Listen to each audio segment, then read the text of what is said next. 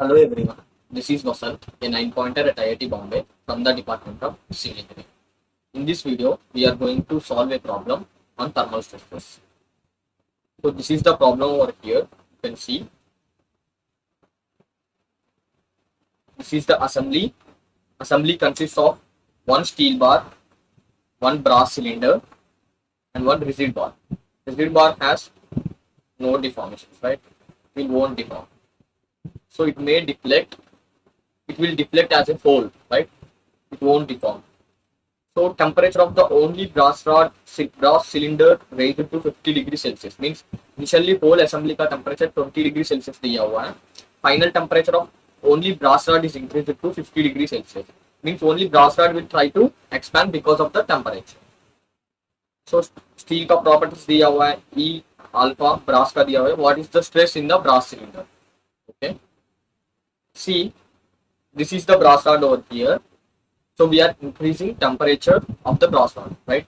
So when you try to increase the temperature of the brass rod, it will try to expand. So it will try to expand in this direction, right? So expansion, if it is fully allowed, it will try to expand. It will expand by, it is free from this rigid bar, constraint from rigid bar. Then it will fully expand. That will be del P, right?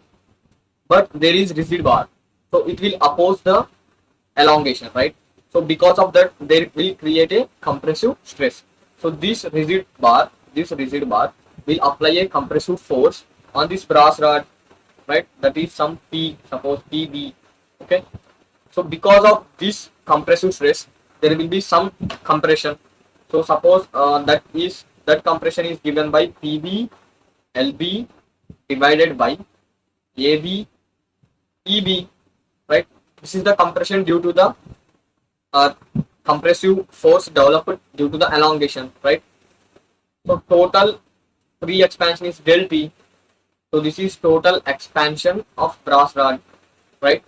So this is total expansion of the brass rod. So when it will try to expand, then the rigid bar which is over here, it is trying to go to some del B, right? So the point E is over here. It is a pin support, so it will try to rotate, right? So as bar CDE is rigid, so it won't undergo deformation, so it will deflect something like this. So means here also, here there is del S suppose. So here it is expanding. What is responsible for expansion here? The reactive force developed is responsible for the expansion. So here there should be tensile force PS, suppose it is PS. So that is developing del S deformation. So now, so if you take bar rod, so this is point E, right? And this is point B, sorry, that is point B, this is point C, right? So here the force is tensile, the force is tensile on, that is tensile on steel bar. So on the rigid bar, the direction will be like this, that is PS, right? So now on the brass rod it is compressive, so the direction over here will be like this, that is PB, and this is point E. Here there will be reactive forces EY, EX, right? So we can apply moment equilibrium equation, right? So sigma ME equals to 0. How much distance is this? This is 0.45. This is 0.3. Okay. So it will give us PV into 0.3 will be is equals to PS into 0.75, right? So PS will be equals to 0.3 divided by 0.75 PV, right?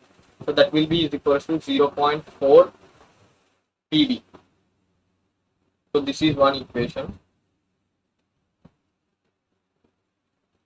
So first equation is first equation is del B is equals to del T minus del reactive force PV, right? So that will be is equals to del B is equals to del T. Del T is L alpha delta T of brass, right? Minus is PB LB divided by AB EB, right? So now this is one equation. This is one equation. This is another equation. So we can have one more equation, that is deflected shape का formula. See, this is the deflected shape. Suppose this is E, so this will be del S, right? This will be del B. So this is 0.3, right?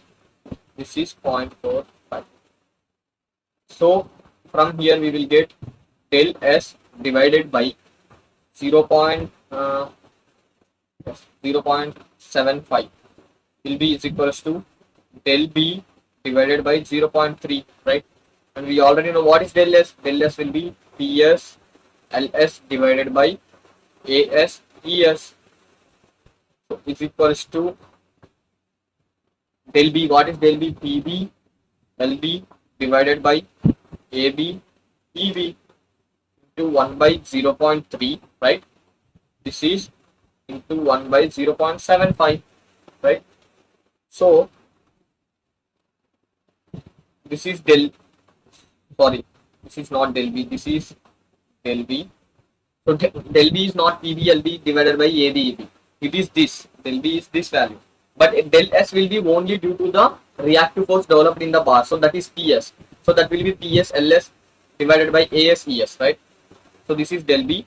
So del B will be is equals to 0.4 PS LS divided by AS ES, right?